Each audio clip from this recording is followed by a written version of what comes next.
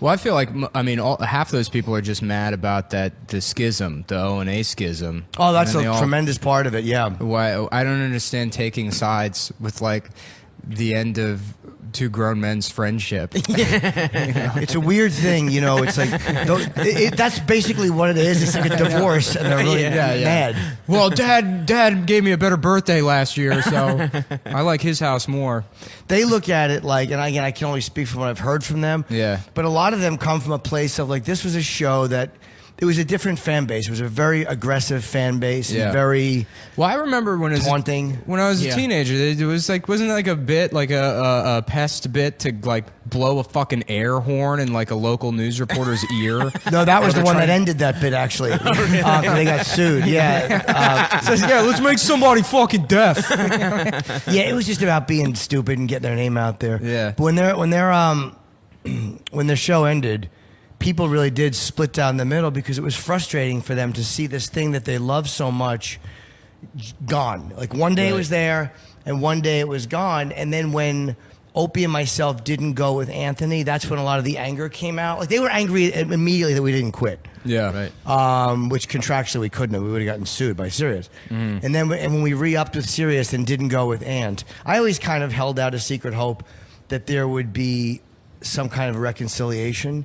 But as time went on, it became apparent that it would not be. But the thing I don't understand about the side-taking thing is, like, have you never had a group of friends in your life? I mean, anybody I know knows somebody or knows two different people that fucking hate each other. Sure. And they can be friends with both of them. And that's like a social dynamic that everyone has to navigate. And then these people just don't understand that.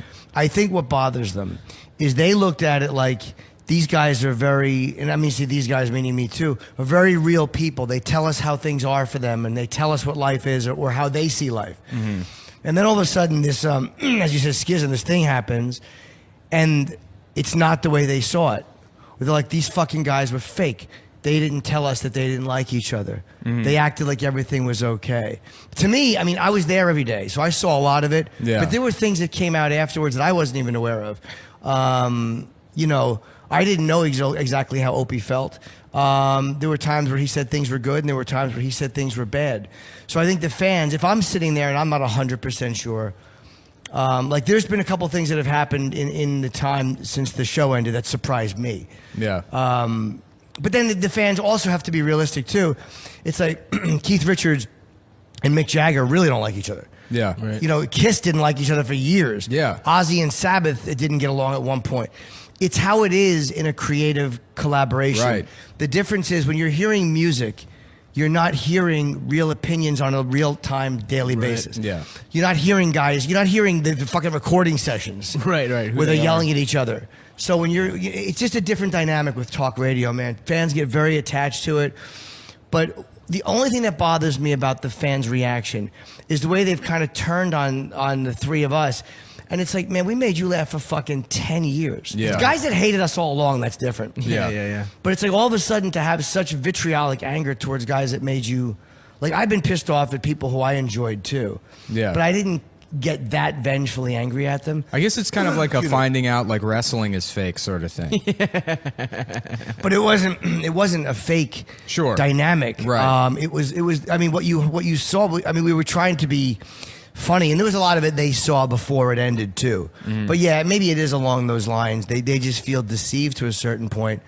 But you know, it's like I have to let more of my personal life hang out than fucking almost anybody in showbiz. Like, what do you want? Right. Like that's what bothers me. It's like, what do you fucking guys want? Like, I've told you more about myself than most performers would have ever told you about themselves. I told you to be funny. I told you in times when there was a slow news day. You know what I mean? I just started spitting shit out. Yeah. Hey, sorry if I let you down. What do you want me to tell you? Yeah. Half of you don't even use your real names when you yell at us. Yeah. I've told you things that most guys would never have told you. That's like a funny comparison to like the band thing. You know, like I always have had a lot of respect for like the Brian Setzer Orchestra, that he could manage all those people, that band didn't break up. You have that many people and they never had an issue. Or they never had a visible issue. I'm sure they had them. Yeah. But you know, how many musicians are there in that band? I don't even know. It's a whole orchestra. Yeah. And they hold that together.